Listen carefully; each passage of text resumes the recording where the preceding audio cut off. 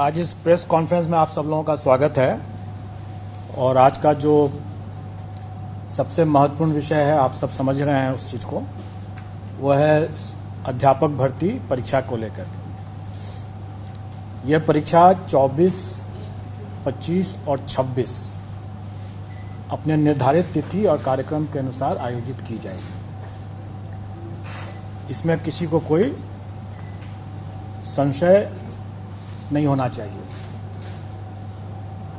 फिलहाल के हिसाब से वो अपने निर्धारित कार्यक्रम के हिसाब से ही वो आयोजित की जाएगी।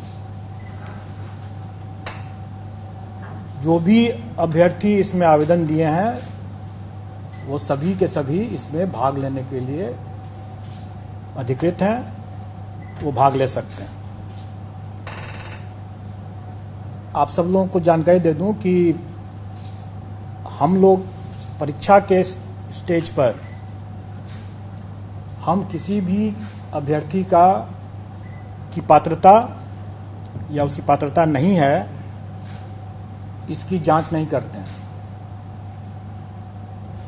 स्व घोषणा आधारित वो जो भी अपना तथ्य आवेदन में दिए हैं, हम उसको स्वीकार करते हैं और उसके हिसाब से हम उसे परीक्षा में भाग लेने के लिए अनुमति देते हैं, एडमिट कार्ड इशू करते हैं। और एक बार जब उनको एडमिट कार्ड इशू हो गया तो वो परीक्षा में भाग ले सकते हैं।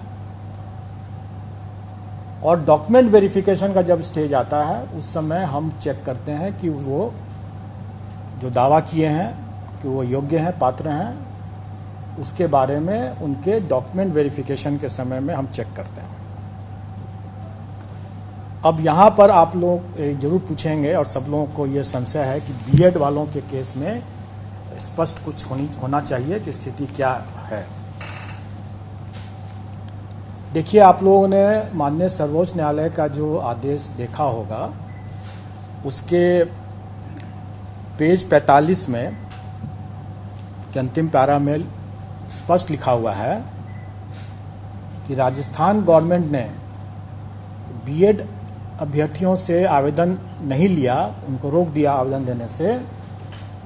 ये गलत हुआ क्योंकि उस समय एनसीटीई का जो गाइडलाइंस था वो प्रभावी था और जब तक गाइडलाइन प्रभावी है तब तक उसको मानना राज्य सरकार को था। और इस दृष्टिकोण से माननीय उच्च न्यायालय राजस्थान हाईकोर्ट और माननीय सर्वोच्च न्यायालय ने दोनों ने ये कहा कि राजस्थान गवर्नमेंट ने ये गलत किया, उनको आवेदन लेना चाहिए था बीएड अभ्यर्थियों से भी। हमारे मामले में भी वही बात लागू होता है। जिस समय हम लोगों ने आवेदन आमंत्रित किया, उस समय ये बीएड अभ्यर्थी पात्र थे, योग्य थे और इसलिए उनको आवेदन आमंत्रित करने का मौका दिया गया और उन्होंने आवेदन दिया भी। उसी में आगे माननीय सर्वोच्च न्यायालय ने यह भी आदेश दिया है कि ये एक एस्टैब्लिश प्रैक्टिस है, सेट प्रिंसिपल्स ऑफ लॉ है कि कोई भी वैधानिक संस्था द्वारा कोई एक वैध विधिवत कोई एक आदेश निर्गत होता है तो वो तब तक प्रभावी होता है जब तक कि वो रद्द नहीं हो जाए किसी कोर्ट के आदेश से या किसी अन्यथा। तो इसका मतलब यह हुआ कि 11 तारीख के पहले वो आदेश प्रभावी था एनसीटी का और उसमें जो भी अधिकार उस सर्कुलर के बेसिस पर जो भी अधिकार लोगों को मिला वो अधिकार सुरक्षित है, वो उसमें कोई रुकावट नहीं है। तो इसका मतलब यह हुआ कि जो लोग नौकरी पा लिए पहले से, उनकी नौकरी भी सुरक्षित है। जिन लोगों ने एग्जाम में अपीयर होने का अधिकार प्राप्त कर लिया, उनका वो अधिकार भी सुरक्षित है। तो इसका मतलब यह हुआ कि बीएड के अभ्यर्थी जो हैं वो बेशक एग्जाम में अपीयर हो सकते हैं क्योंकि उनका यह अधिकार सुरक्षित हो चुका है।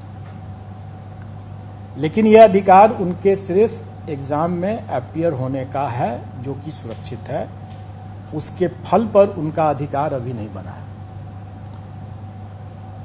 परीक्षा फल के अधिकार के बारे में इसमें हमारे विज्ञापन में भी ये अंकित है कि कोई भी निर्णय एनसीटी के परामर्श से जो राज्य सरकार जो निर्णय करेगी वही मान्य होगा।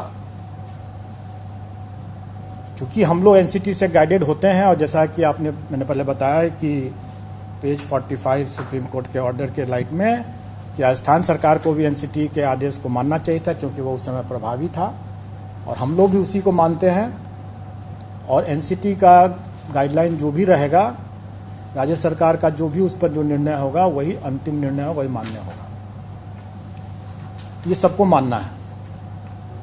तो इसके संबंध में जब स्थिति आएगी कि परीक्षा फल के संबंध में कि उनकी पात्रता बनती है कि नहीं बनती है, इसके संबंध में जो भी निर्णय होगा वो उस समय उसके परीक्षा फल को प्रभावित करेगा। अब एक जैसा आप लोगों ने पाया ही होगा कि माननीय सर्वोच्च न्यायालय ने राइट टू एजुकेशन को राइट टू क्वालिटी एजुकेशन भी माना है।